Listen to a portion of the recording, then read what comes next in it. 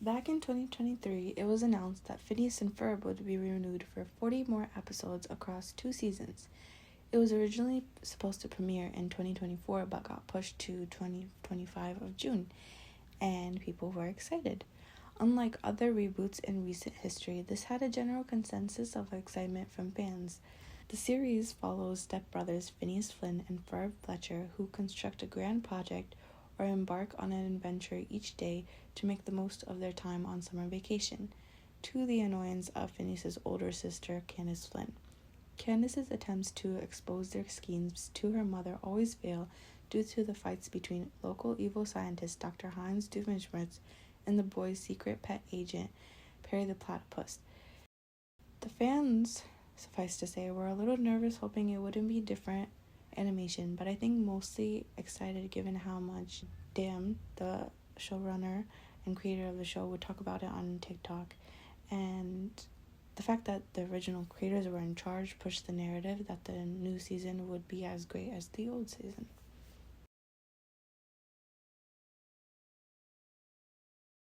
First episode, let's talk about it.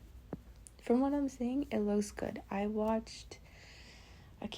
don't remember how many episodes I've watched, but I watched several episodes in the season so far. The whole season hasn't come out yet. But the first episode interestingly starts off with the last day of school for the kids. It segues into a song, classic Phineas and Ferb move, and it honestly gave me High School Musical 2 vibes, with the countdown and with the summer starting. And Doofenshmirtz said that he was trying to be good the whole year, but now he's not. He's back to being evil like he wants to be. Candace, it's Candace. The first episode includes some more interactions between the friends, which is nice. Ferb, I felt like talked a little too much, but he just spoke 2 times in episode 1, so that might just have been me. I can actually see, I'm wondering if the friends dynamics is just going to be attributed to a year passing in the show's timeline, because also a year passed in the show. This is the following summer. The episodes focus on characters other than the boys. A lot of it is focused on Doofenshmirtz. Candace, she's really a big character in the show, so much more. She does her driver's test. And it's not like you don't see Phineas and Ferb at all. It just seems that the focus on their crazy adventures, making the biggest roller coaster or the biggest whatever, kind of takes a sidestep in order to make room for other stories. There's even random one-liners that random characters will have. Not like in the previous seasons there weren't random one-liners, but it just seems like it's happening more. There's even an episode where a therapist plays a huge part in the show, or at least in that episode. And also Carl, shout out to him, he gets his own spotlight episode too. Now for Perry, I wanted to just say we get a little hat lore for Perry, and I didn't expect that. I was like, oh, okay, origin story, nice. I thought there would be no more Perry entrances. They seemed a little to the point, but I was wrong. It just seemed like the first episode was kind of blunt, but I was wrong. Also, the other thing is that the mom of the family, the mom of Candace and the boys, she's actually resolved in spending more time with the kids, so if you feel like you see her more, even though it wouldn't be Phineas and Ferb without her noticing the obvious, without her not noticing the obvious, but she is trying to spend more time with them, especially Candace. You see a lot of mother-daughter scenes and things like that. Now, can I just say my favorite episodes? Okay. The fireside episode. The song in that episode was fire. Pun intended. And it was very Lord of the Flies-esque type vibes. Basically, short version, the girls get into an argument, the fireside girls get into an argument, and then it just devolves into chaos. Like, the girls get into an argument about who should lead and who should make the decisions, and it just goes crazy. And the animators have the best time, I feel like, with making it so wacky. Now, another episode, or you know what? Let's just make him his own section. Buford. I have to give him his own section because the creators definitely get more inventive with his character. In the first several seasons, rather in the first, I forget which episode it was, but Buford was seen as the bully and they were all kind of scared of him. I think it was something with ice cream or something with Phineas and they fought or whatever. But either way, Buford was seen as the bully and then he was integrated into the friend group, and then as the episodes went on, he was seen as a friend to the group as much as the rest of them. Now, this season fleshes his character a little more beyond that. Not like he wasn't given depth, but it's even more, it seems like. So, in this episode, Candace is being Candace, and she's bemoaning the fact that she can't get her mom to notice the boys' inventions, and how is she going to do that? And she's talking to Stacy about this, and then she has the theory that her mom needs to dress up as Candace to see the boys. So who do they go to? Buford, because Buford has those clones that he made of everybody, and they remembered that. So they go to Buford. Also, when Buford says this, full disclosure, this isn't the first time I've tried this on. Side note, during this episode, I started to wonder what Jeremy was. I mean, he would appear in song sequences, but he said no lines. Also, all the Candaces. They were so funny. Now, another favorite episode of mine is the Stacy episode. So, they reference past events or old gags, like the random baby head in this show, in this season specifically. They reference Klimpaloon, and now they reference Stacy knowing about Agent P. She actually looks out for Perry. She babysits him while the family is out, and in that time, sometimes things come up. Dr. Doofenshmirtz is doing his thing, so then Perry has to go, so Stacy will come up with an excuse and let Perry do his thing. Now, and specifically in the episode that I'm talking about, they're all at this event, and by they I mean Stacy, Candace, the mom, I think, and Perry shows up because he has to, you know, the baddies are into going at it and stuff, and he's there to defeat the baddies. So Stacy's distracting Candace and whatever. At some point, she comes up with an excuse to leave because she wants to help Perry, because Perry is trapped. And in comes now Agent T. It's just great. It's a fun episode, and it's again one of those episodes where Phineas and Ferb aren't in the limelight. It's more so the side characters, I guess you could say. So Stacy gets her own spotlight too, in a way. Also, did I mention, I just wanted to mention, Ferb is talkative now. Like, he speaks in every episode. Hey, where's Perry? Perhaps what we need is a big, slow, heavy vehicle. Speaking of high-pressure hull insulation, where's Perry? Intriguing segue. It's our substitute submarine sandwich submarine. A sub, if you will. Hey, cool hair. Back at ya. Ferb's gotcha.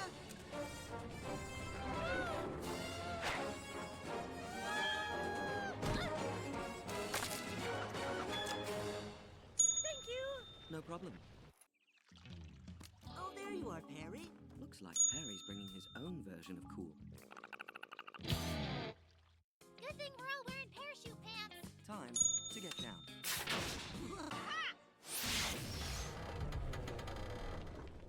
Trophy McTrope face. Wait! It's vanishing already? It's barely 9 a.m. Ugh, what as? I've got a heart out at noon anyway.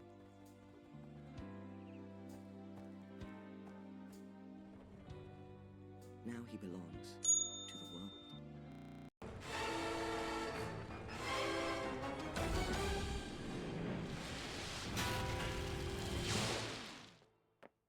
guys just hear something?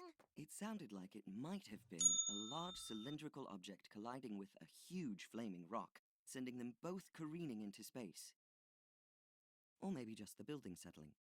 Johnny and Wood, we're going to need wood and nails and... Oh, where's Perry? Why would we need Perry to build a bookcase? I was just wondering. Funny. It senses one of you have been chipped. That's me, from that time I went feral. Good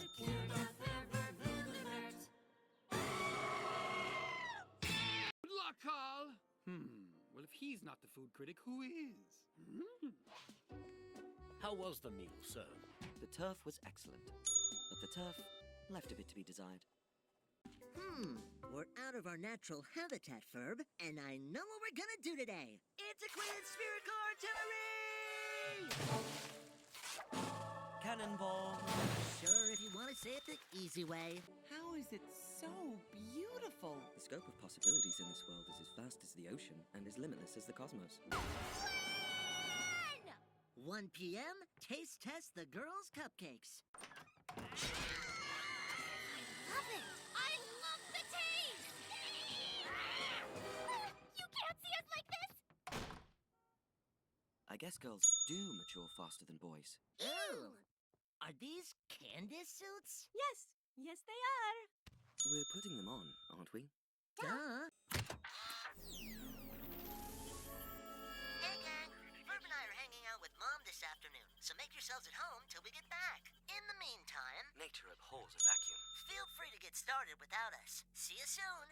Hologram tricks.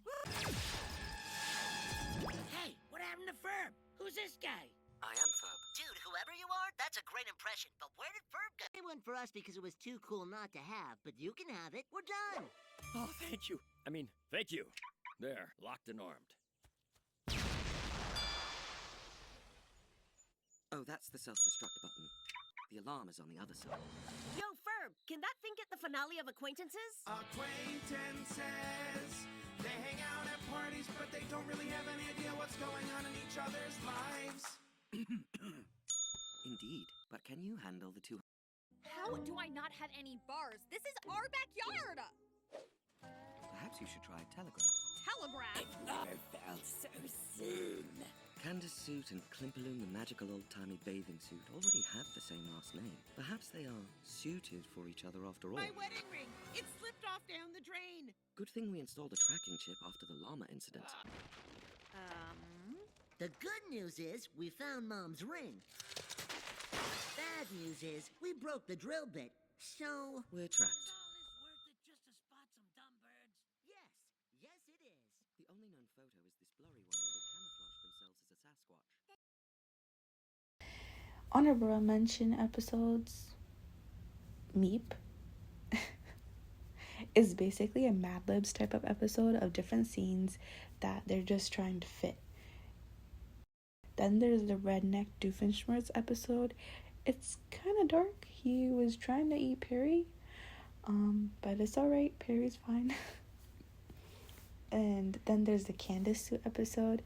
It's basically a continuation of the one where they tried to get Candace's mom to see the invention. One of the suits becomes sentient from an invention of Doofenshmirtz, and so this was a to be continued episode, and it's very funny because it kind of gives Goosebumps themes with the wonky camera work, and Jeremy finally talks, and the suit is named Beatrice, and it's so funny. Doofenshmirtz goes back home. That's another episode where you see a little more of Doofenshmirtz just being a dad, and he's just trying to be a good dad to his kid, Vanessa, and he's trying to take her back home to show her her roots, but then his hometown has been gentrified, I guess you could say. I don't know. And then there's an episode where Doofenshmirtz is proposed to by a flying mantis, and then he's about to be eaten by them. But don't worry, they break up. So, yeah. Animation style. The animation, compared to the old seasons, is the same. It's 2D animation. But it is a little more crisp.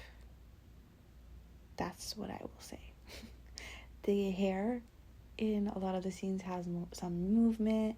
They do different angles, like diagonal angles. They do a lot of zooming in and out. They do close-ups. Some of the movements are just smoother, and I'm attributing it to more of the new technology that they mentioned in the earlier snips of articles that I read and stuff. And it just seems like they're having more fun with this quirkiness. Some of the voice actors have changed. Mainly Ferb and Candace's boyfriend Jeremy. That's mainly the reason why I just wanted to see, because they didn't have Jeremy speaking a lot. But then they also had Ferb speaking more, I feel like. Phineas has an extra stripe on his shirt. There's a minor edit to the theme song in a couple of the episodes, but not all of them. But, those are small things. Overall, the general energy and of the show has stayed the same. Of course, there's critiques. People are gonna make critiques about things like the voice acting sounding a bit different here and there.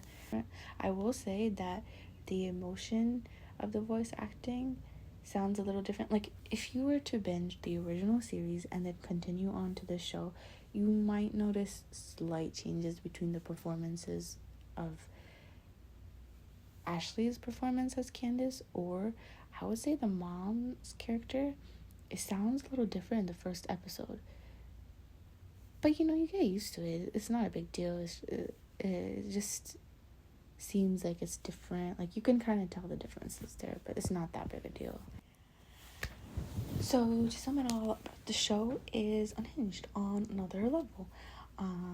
There's a lot of newer references to things. Like, by newer references, I mean they talk about modern or more ideas or concepts of things that we know now that weren't necessarily a thing or popular things back then, such as charcuterie boards or VPNs or Candace saying spill the tea.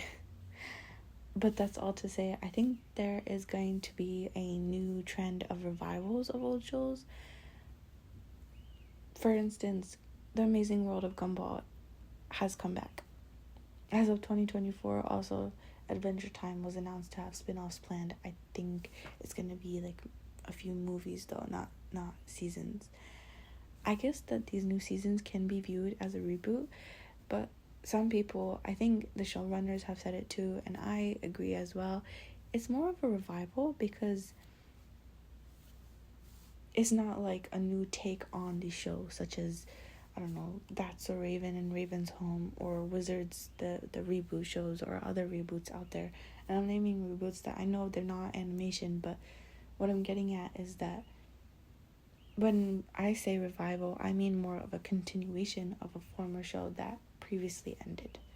So I think this is going to be a more popular thing that's going to happen, specifically because people have a lot of nostalgia for these things. They have a lot of love for the shows. Now, will it be as successful as the previous seasons? I don't know. I can't tell you. I think it's very possible to do these revivals for animated shows because the sky's the limit. There's so many ideas without the limitations of reality that you can do. In the case of Phineas and Ferb, they're doing a summer's worth of episodes, 104 days, which makes sense logically. But if you were to do that with actors and sets, it'd be more difficult as people age and stories die out, if they're continuing on. Because the original Phineas and Ferb show, it spanned 4 seasons and I think a few movies. And if you think about it logically, if it was a show with real people in a real setting, it wouldn't have lasted as long, I don't think. Or it wouldn't have been as realistic, You know what I mean? It's just going to be interesting to see all these new seasons of old shows come out, okay? It does bring up the issue of Hollywood not taking any original ideas as much. I hope that changes too, because all ideas were original at some point, so why not just go for it, you know? Yeah, let me know what you guys think. Watch the season. I recommend it. I liked it. I don't know about you guys, but I liked it.